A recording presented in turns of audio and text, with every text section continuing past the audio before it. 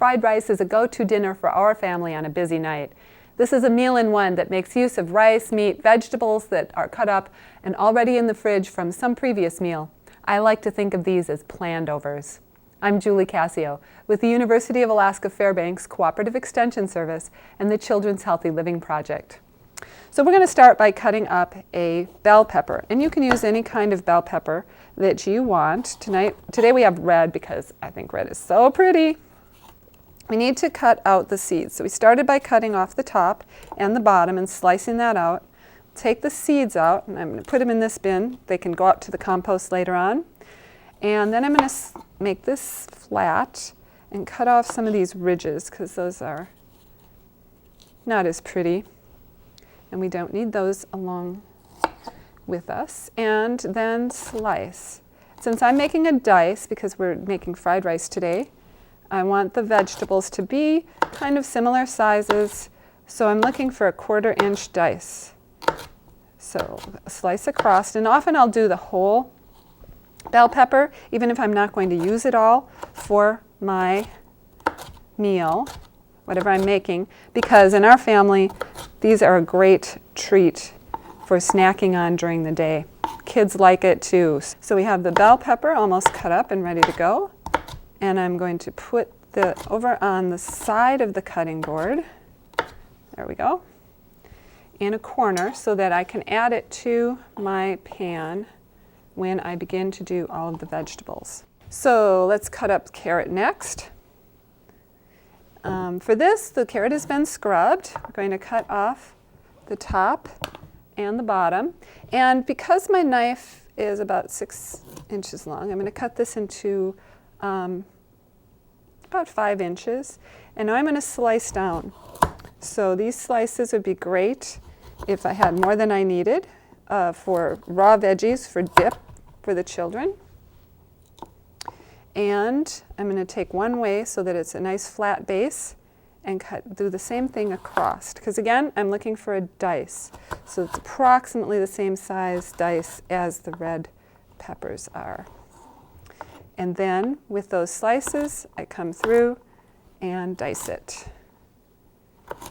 Okay, so I've got the carrots ready.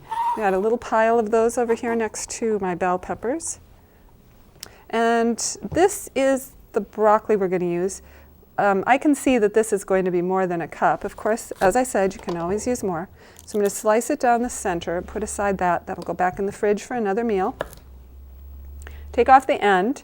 And now I'm going to break off the florets. But because, again, that I want the dice, I'm going to cut off the floret part. And for this one, you'll find that if you take the knife from the bottom, let's see, where can I put a pretty stack of those, and go cut through this way, I'm going to have less of the little bud ends coming off of the top of my broccoli.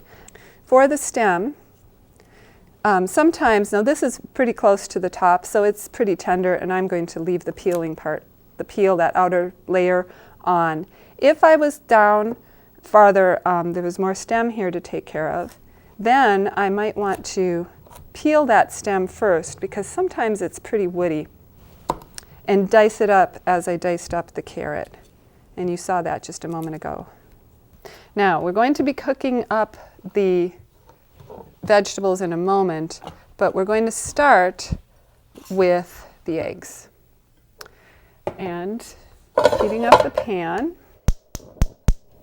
over high, medium heat. Breaking the eggs. Ooh, look at that, one-handed.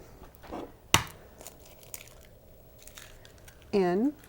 Then, good thing there's some paper towel there.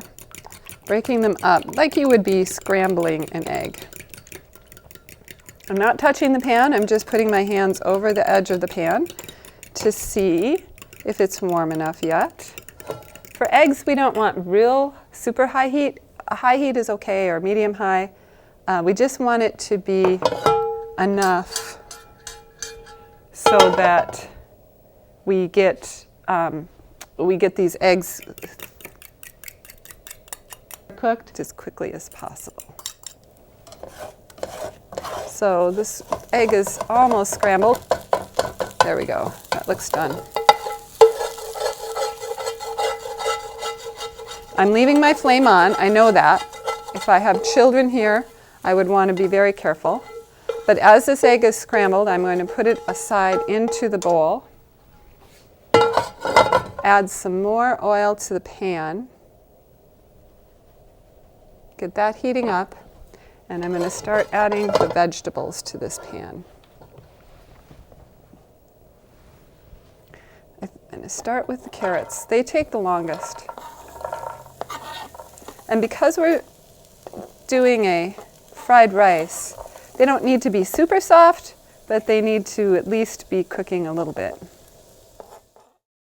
So we'll add the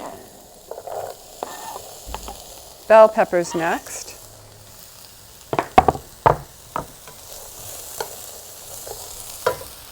And the onions, they can take a little more time too.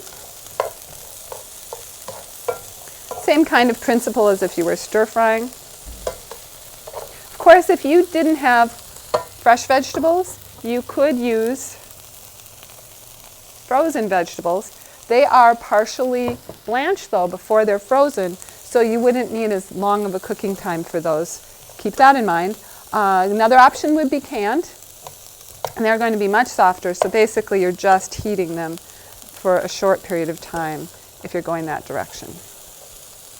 All right, so the last vegetable we're going to add today is broccoli. Now these are just what I had on hand in my refrigerator. You, of course, can use whatever is on hand in your pantry when you're cooking this. So it's a pretty high heat, a medium high to high. Kind of depends on your stove and how hot it cooks. And I'm going to cook this for another couple of minutes, stirring every once in a while so that they don't get too brown and they cook more evenly. I'll be back. Okay, we've been going for a couple of minutes. These vegetables are ready to go. They're done, or almost done. They'll be cooked though after we have added. We have a little bit more heating to do because we're adding the meat, the pork, and let that warm up. Because this is from dinner the other night and we didn't eat it, it is cooked. So we don't have to worry about cooking the pork through. We just need to make sure that it's heated through because I think the texture tastes better when it's warm. And I'm going to add rice. Now we have, depending upon how many people you're serving, this recipe is for about 6 servings, half-cup servings of rice. So we'll add about 3 cups. That was very scientifically measured, didn't you notice that? To our stir fry. And because I didn't add any more oil, I need to make sure that I stir it so it doesn't stick. Rice can be notorious for sticking, so keep that in mind. All right, I'm going to turn the heat down a little bit. And we're going to put in about a ½ teaspoon of garlic powder. If you had fresh garlic, you could have, of course, used that. About a ½ teaspoon of pepper. Adjust the pepper. You don't need as much. I'm not going to add salt because I have, oh, it's a new bottle. I have plenty of salt with the soy sauce that we're adding. And we're adding 3 tablespoons of soy sauce to our mixture. And I want to not put it all in one spot, but mix it around so that it distributes pretty evenly. All right. Well, this looks almost ready to go. One more ingredient, and that is our eggs. We'll put that in and let it sit for a moment so it heats through completely. Now that it's all heated through, we are ready to serve. And we'll put on some extra soy sauce to the table in case anyone needs a little bit more. Turn off the heat so that it doesn't overcook. And if there are any leftovers, then make sure that you refrigerate them and use leftovers within 3 days. I hope your family enjoys fried rice just as much as mine does.